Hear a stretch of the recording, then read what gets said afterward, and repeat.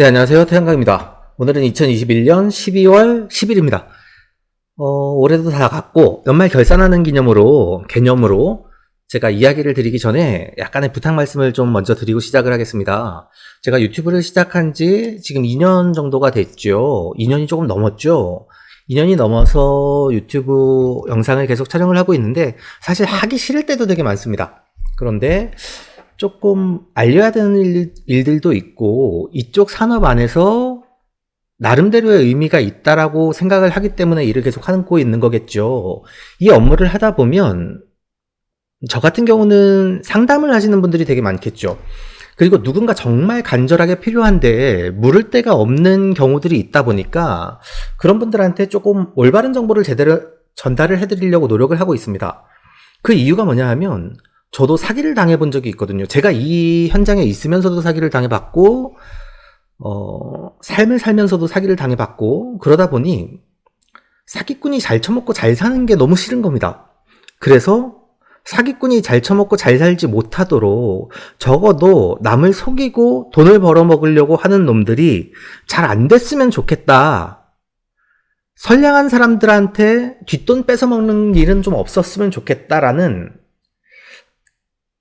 강한 욕심이 좀 있습니다. 그래서 상담을 원하시는 분들한테 크고 작게 조언도 해드리고 제가 업무 시간을 쪼개서 아니면 별도의 시간을 할애를 해서 아니면 때에 따라서는 장거리 출장을 다니면서까지 일들을 봐드리는 경우가 되게 많아요. 개중에는 기업에 근무하시는 분들이 그쪽 회사에서 잘 모르다 보니 저희 쪽으로 자료만 빼가려고 하시는 경우들도 너무 많겠죠. 차라리 전화를 해서 솔직하게 나 태양광 하는 업체인데 이런 건 너무 모르겠다라고 얘기를 하시는 분들한테는 차라리 얘기를 합니다.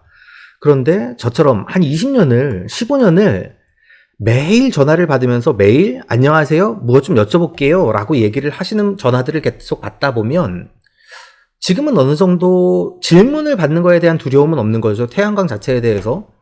그거에 대해서 이야기할 수 있고, 이야기를 만들 수가 있고, 올바른 답변을 드릴 수 있도록 노력을 해가고 있습니까? 왜냐하면 내가 모르는 것들을 공부를 하고 있으니까요.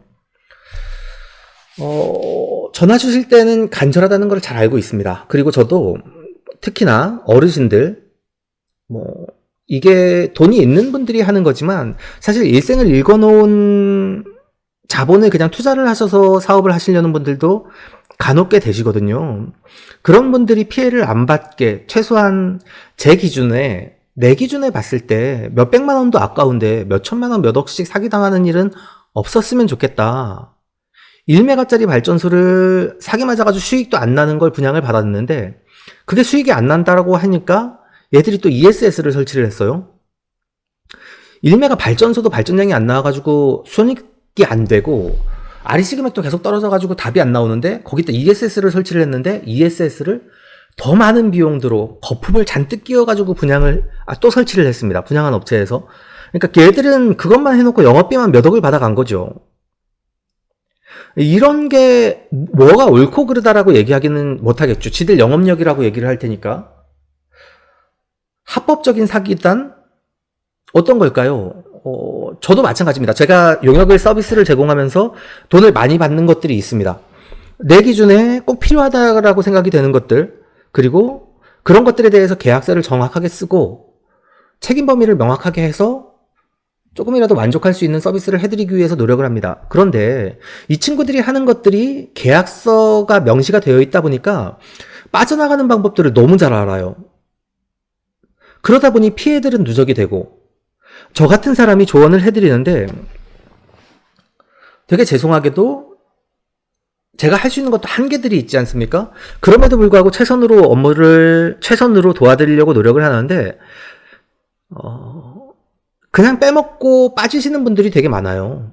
제가 첫 번째로 그분들한테 무언가를 요구한다라고 한 적이 한 번도 없습니다. 제가 도와드리면서 저한테 뭐를 해주셔야 돼요 라고 얘기를 하는 경우가 없어요. 그게 아니고 뭐를 저한테 해줘야 되는 일이라면 계약서를 쓰고 시작하자라고 합니다.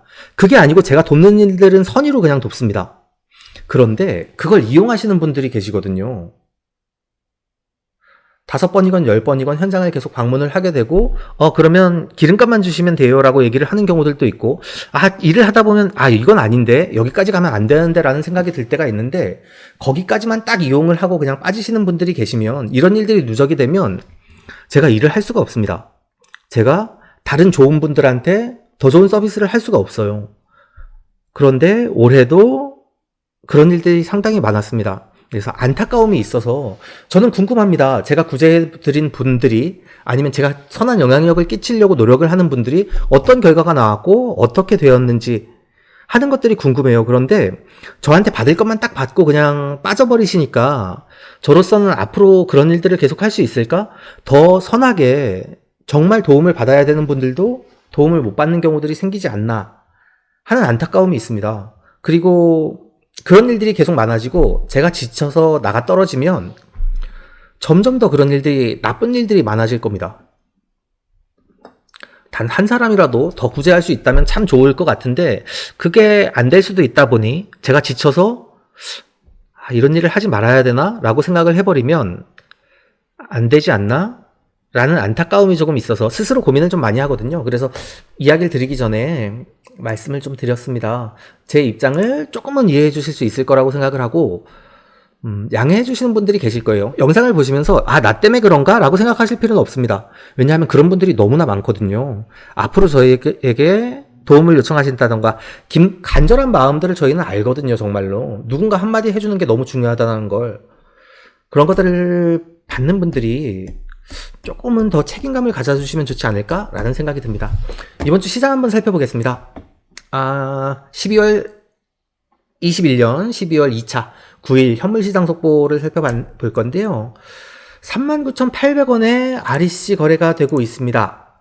변동이 별로 없는데 이럴 때 되면 REC를 정리해야 되나 말아야 되나 하는 고민들이 되게 많이 하시죠. 그리고 군데군데 더 많이 오를 것이다 라고 얘기하는 경우들도 생기지만 PPA 거래 시장에서도 비슷한 금액으로 거래가 됐습니다. 이렇게 되면 예전에 튀었던 금액들이 뭔가, 그건 별도의 이야기들이 있었던 게 아닐까라는 의심을 할 수밖에 없죠. 공정한 시장이냐라고 제가 맨날 묻는 것처럼 저는 지금은 정리를 한번 해야 될 시기가 아닌가라는 개인적인 의견을 가지고 있습니다.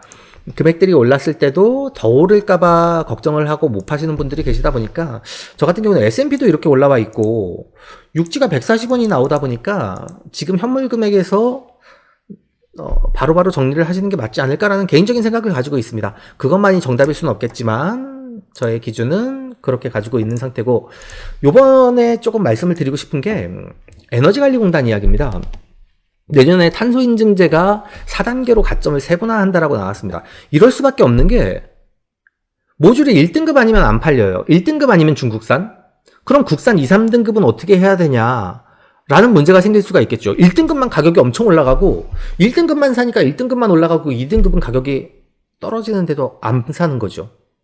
그럼 소비를 해야 되는데 시장을 올바르게 만들어야 되는데 지금 그게 안 되지 않습니까? 에너지관리공단에서 이런 기준선을 하나 딱 만들어 놓고 여기 넘어가는 것들만 판매를 할 수 있게 해놓으니 이 밑에는 누적 물량이 쌓일 수밖에 없겠죠.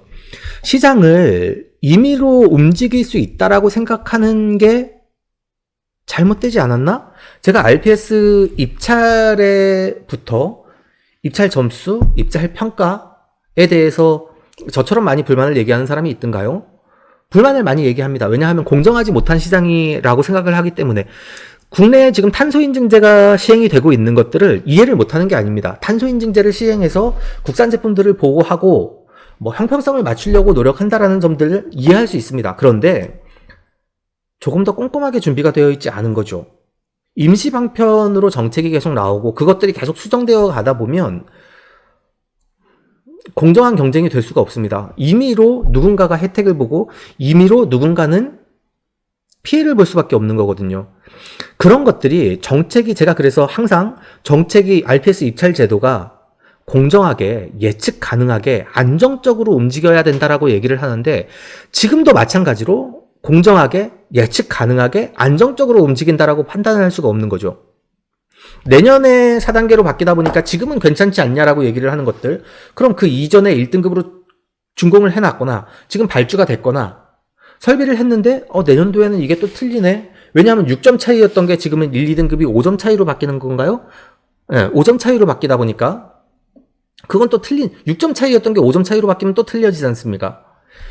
이런 것들에 대해서 에너지관리공단에서 칼질을 할 수 있다라고 생각하는 게 저는 잘못됐다라고 보거든요. 왜냐하면 이렇게 칼질을 해놓고 이런 사태가 벌어지는 겁니다. FIT 참여 태양광 사업을 거리 제한을 하겠다라고 공고를 했습니다. 거주지에서 30km 이내에 대해서만 FIT를 적용을 할 수 있다라고 했는데 항의를 하는 거예요. 뭐 항의하는 게 잘못됐다는 게 아닙니다. 당연히 그 제도가 잘못됐고 불합리하면 그거에 대해서 이야기를 할 수 있겠죠. 그런데 그렇다고 해서 바꿔요. 다음 주에 공고가 나와서 30km 규제를 임의 기간을 둬서 폐지를 할 수 있다라는 얘기가 나오고 있는데, 그렇게 되면 정책이 때를 쓰면 바뀔 수 있는 겁니까? 때 써서 이야기를 하면 그냥 마음대로 변경을 해서 계속 바꿔줄 수 있는 건 아니지 않습니까? 다음 주에 공고가 나오면 이 부분도 마찬가지입니다. 그러면 왜 이 부분은 폐지를 해주고 다른 사람들은 구제를 해주지 않느냐? 탄소등급이 없다가 탄소등급이 생긴 것 때문에 피해를 본 사람들은 어떻게 할 것이냐? 왜 모두가 공정한 대우를 받지를 못하느냐? 에너지관리공단이 인심 쓰듯이 그냥 발표를 하고 인심 쓰듯이 그래 너희는 풀어줄게 라고 얘기를 하는 사람들만 혜택을 볼 수 있느냐라는 문제가 생길 수가 있겠죠. 미리미리 공청회를 해서 미리미리 의견을 듣고 미리미리 공고를 하고 미리미리 준비를 한다면 이런 일들이 없어지지 않을까요?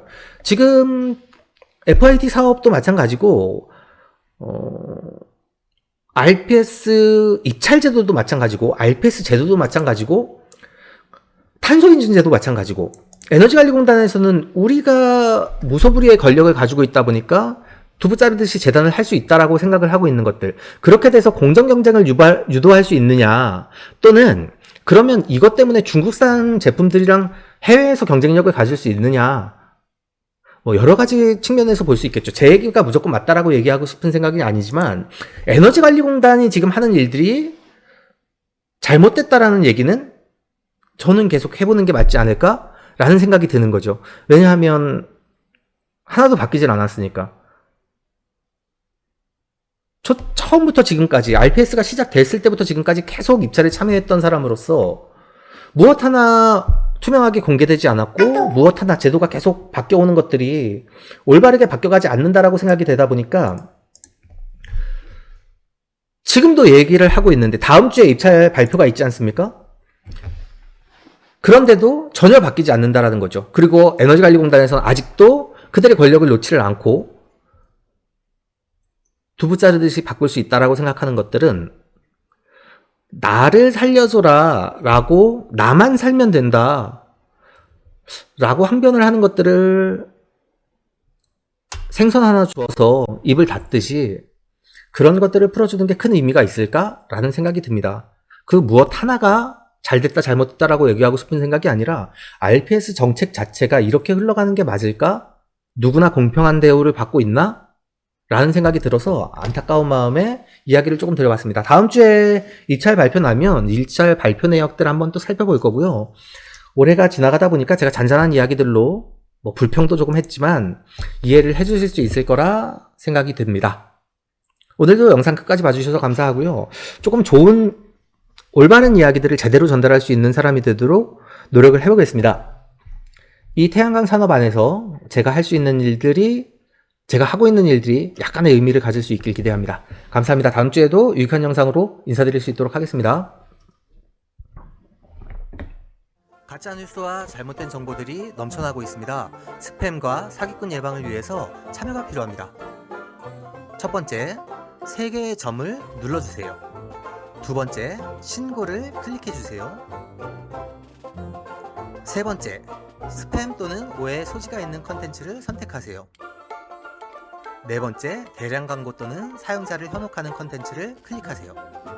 다섯 번째, 싫어요를 눌러주세요.